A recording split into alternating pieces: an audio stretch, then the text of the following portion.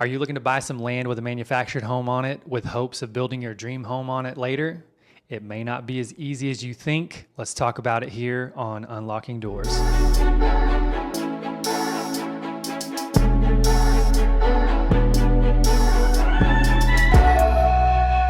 right, Michelle, so in this process, I hear people all the time say that they're going to buy a piece of land that has a crappy mobile home. Maybe it's a nice mobile home, but let's just say it's a crappy mobile home that they're going to live in for a little while, and then they're going to build their dream home on it. In theory, it sounds very simple and very easy, but let's say they're using a FHA loan to buy this mobile home because it's never been moved. It's still on its original foundation, and look at you talking like an expert. While it may be a crappy home, it still passes FHA guidelines. So let's pretend all that's in place, and these buyers are doing an FHA loan when they buy it, and then years down the road they plan to go and build their dream home, and maybe sell off the mobile home, maybe leave it there. Can they leave it there? We'll talk about that. But anyways, what's the first step in the process of doing something like that? Well, the first step is to realize you have a mortgage on the manufactured home and the land. Yeah. So it's a real estate loan. Yeah. So you already have a lien on that property. Right. So if you're going to go build a house and you need to borrow the money to build the house, you already have a lien on that land. Yeah. And no bank is going to take a second position for a construction loan. So how does... It's going to say, all right, so they have to pay off that mortgage loan before they can place a lien on the land that you're wanting to build a house on. Right. So your loan to build the house is going to have to include the payoff on the land in the manufactured home that you already owe on. Yeah. And so then the banker would do a new loan that pays off the first loan. It collateralizes the land and the mobile home and gives them the funds for construction. And this is probably like a 1-year loan, a 12-month loan that we're looking at on the whole deal. What at that point, what would be the next step? Like, let's say they get that done, and then 7-8 months down the road, the house is built. What's next? So now you have 2 residences on the same piece of land. Mm-hmm. So if I'm doing a mortgage loan now on the house that you just built, but I also have a manufactured home behind it, 2 residences, chances are you're going to have to remove that manufactured home. Right. Because it can, in some scenarios, it could remain on the home if it's storage, but you can't have 2 residences on one piece of property for a mortgage loan. Right. So like when you go to refinance out of your construction loan into a 30-year mortgage, the new lender is going to say, hey, I'm seeing two structures here on this house, because the appraiser is going to have to go look at it. And they're probably not going to go for that. Is that what you're saying? It's going to be very difficult to make that happen. Gotcha. So most of the time what ends up happening as part of your strategy then is to sell the manufactured home. Right. As personal property. As personal property, and pay it off, apply that to your construction loan principal balance. Right. But your bank has to give you permission to do that. You can't just sell it and have... Yeah, you can't just sell it and have somebody haul it off. Yeah, make sure your bank is okay with that.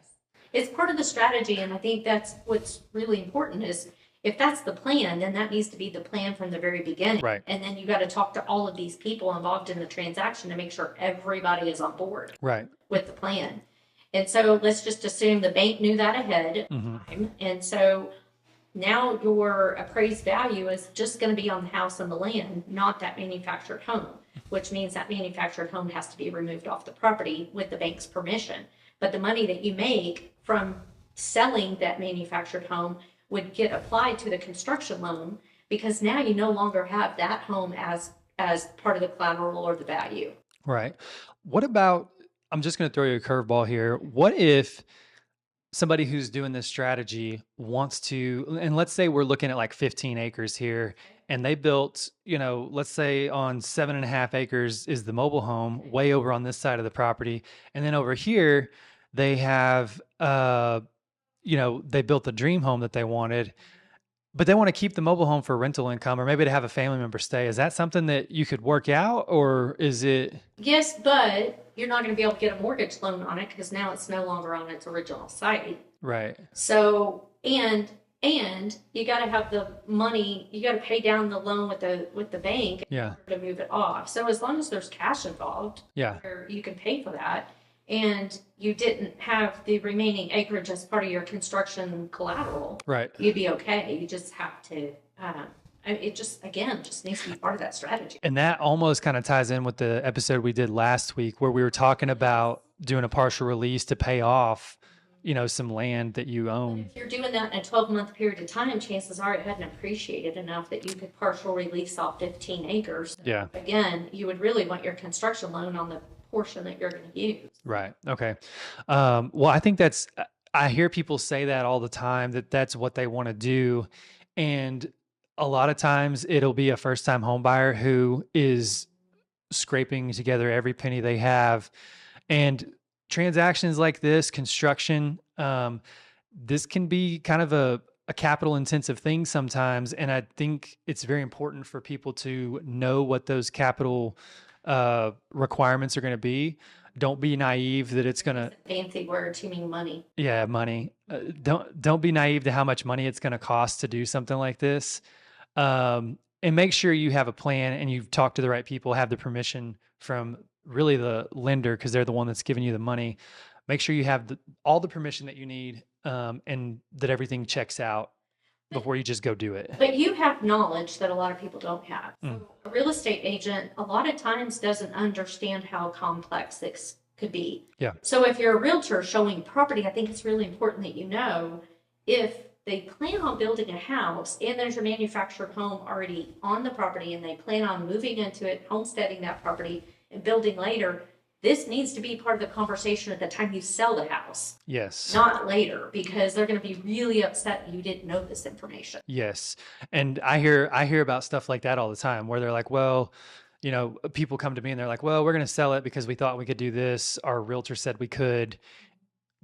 The lender said we couldn't. And now it makes no sense to have this property because it doesn't meet our needs. And so that's a great point right there. And whenever it comes to the topic of what lender you're going to use to do something like this or what bank you're going to use, you absolutely need to ask them if they've done it before. If they are saying, oh yeah, it shouldn't be a problem, or like if you're talking to a mortgage broker who's shopping stuff around, or if it's a loan officer for a mortgage company in Chicago, Illinois. Yeah. I haven't seen a manufactured home. Exactly. Like you need to use someone local. You need to ask them, have you specifically done this? Ask them if they've done it more than once. Have you specifically done this? And is it something that you can still do? Because that's another thing is like, I hear so many lenders that are like, oh yeah, it shouldn't be a problem. And it's like, it shouldn't, but can you do it? Those are two different things. And so successfully done it in the past. Yes. And so I encourage everybody to do their due diligence on that whenever it comes to picking a lender. If you're doing some creative financing, creative strategies on, real estate hacks like this, just make sure you're using the right folks. Yeah. Cool. Well, thank you all for checking out this episode of Unlocking Doors. Leave a comment down below if you have any questions. Share this with a friend and be sure to check us out on the next episode.